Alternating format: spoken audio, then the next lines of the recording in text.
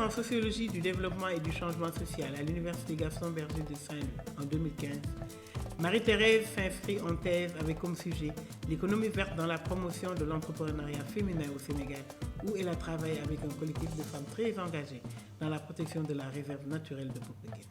Après 2 années, elle décide de changer de sujet de thèse à l'entame de sa 3e année pour travailler sur la place des femmes dans l'agroécologie au Sénégal. À travers ce sujet, elle analyse les opportunités et contraintes de l'agroécologie en termes d'autonomisation socio-économique pour les femmes et de réduction des inégalités de genre dans l'agriculture. C'est avec ce sujet d'ailleurs qu'elle a postulé au programme One Planet Solution. Bienvenue dans le village de Ndang, dans la communauté rurale de Diarère. Donc aujourd'hui, je suis venue dans mon terrain d'études où j'ai eu à faire des entretiens de terrain sur les femmes qui travaillent dans l'agroécologie. Donc j'ai accompagné les femmes 3 ans à travers des entretiens, des focus group, mais surtout des récits de vie sur leur histoire sur l'agroécologie, leur motivation, qu'est-ce qui les a poussées à faire du maraîchage organique, mais aussi les défis et contraintes auxquels elles sont confrontées.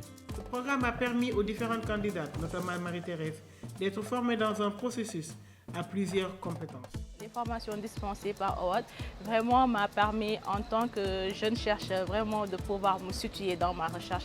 On sait que d'habitude c'est tellement dur quand on vient dans le monde de la recherche, qu'on est jeune, qu'on est femme, on est confronté à plusieurs défis. Mais à travers les formations, on nous donne quand même les compétences et les aptitudes vraiment pour pouvoir gérer ces défis et faire face vraiment au monde professionnel, au monde de la recherche.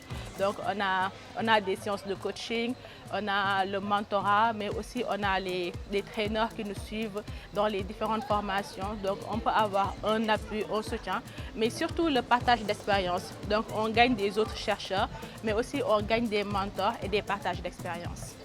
Actuellement, elle travaille avec des groupements de femmes de la commune de Diarère, dans la région de Fatick, à 150 km de Dakar. Les groupements sont au nombre de 26, regroupant ainsi plus de 500 femmes. Ces femmes s'activent dans le maraîchage organique. Elles produisent des légumes dont une partie servira à l'autoconsommation et le surplus sera commercialisé, leur permettant ainsi d'avoir des sources de revenus et d'améliorer leurs conditions de vie et de leur ménage. Donc elles font un maraîchage vraiment où elles utilisent de la fumure organique, mais elles utilisent aussi des biopesticides. Donc c'est un maraîchage où elles produisent des légumes qui sont sains, qui sont de bonne qualité sans engrais chimiques.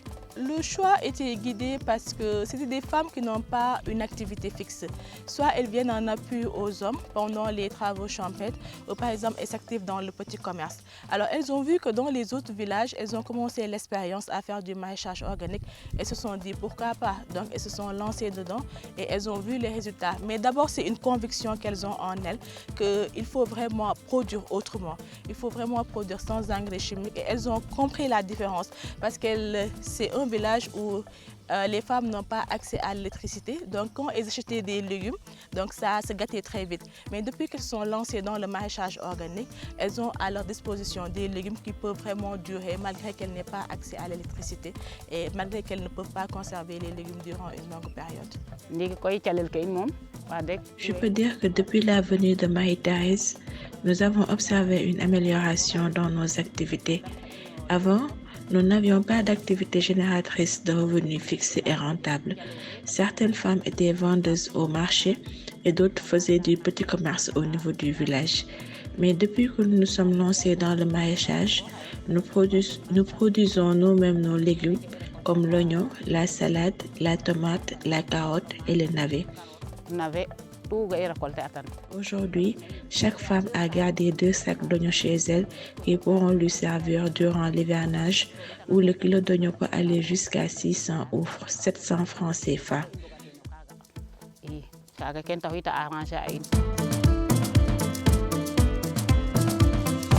Bicol, le village d'origine de son père, toujours dans la région de Fatick, le groupement de femmes le plus ancien s'est lancé cette année dans la transformation des fruits et légumes de leur production.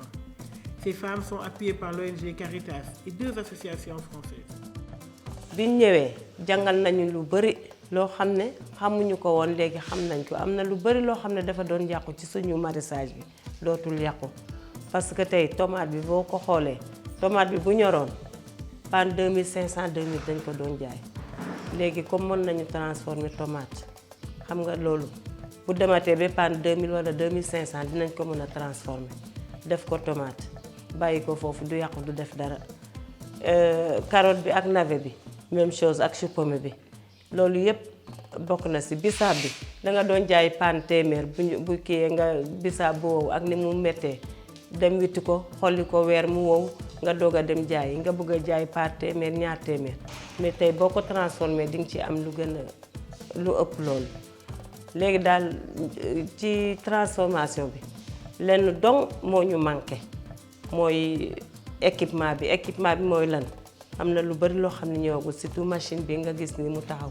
li fonctionné gul amaguñu matériel yu mot daal amaguñu ko te bëgg nañu ko ñu dimbali foofu ci matériel yooyu ñu am ko. La particularité de ces deux groupements est que le premier est dans une exploitation communautaire où après la vente de leur production, les femmes se partagent les recettes. Yen da bagar na lamtam ke na 2006 fe yaga ka fi ogu enquête kam pinke sa xoyam binden alam taxam mleyne yen i commencé na maraîchage fe yaga koy no groupe i njalogu i ndet na det bo ande calel groupe ma rek ka jega we ande ga tayil wene mbi ne tiga bugu at difficulté i babdo i proposer ina babdo maleka en ngaj ka okino kin fata jeg parcelle xoxum. À l'inverse, le groupement des femmes du village de Bicol s'est lancé depuis 2018 dans une exploitation individuelle.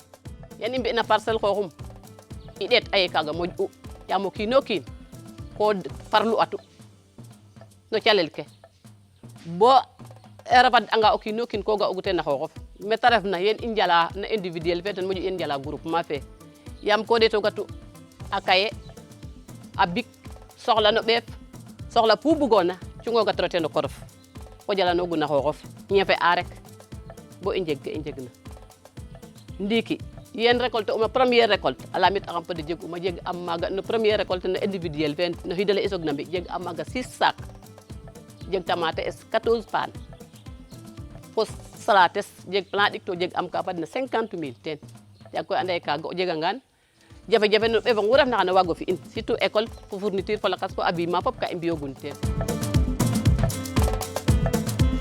Mes remerciements vont à l'endroit de mes parents et de mes frères et sœurs qui m'ont toujours soutenu, de mon père qui m'a fait aimer le travail des femmes dans l'agroécologie, de mon mentor, le docteur Sadio Baning, qui est enseignante-chercheur à la section de sociologie à l'Université Gaston Berger de Saint-Louis, de mon directeur de thèse, le professeur Ebosani, mais surtout d'Award à travers le programme One Planet Fellowship qui m'a permis de bénéficier de formations scientifiques, mais surtout de nouer de futures collaborations scientifiques avec des chercheurs africains travaillant sur les questions d'agriculture en lien avec le changement climatique.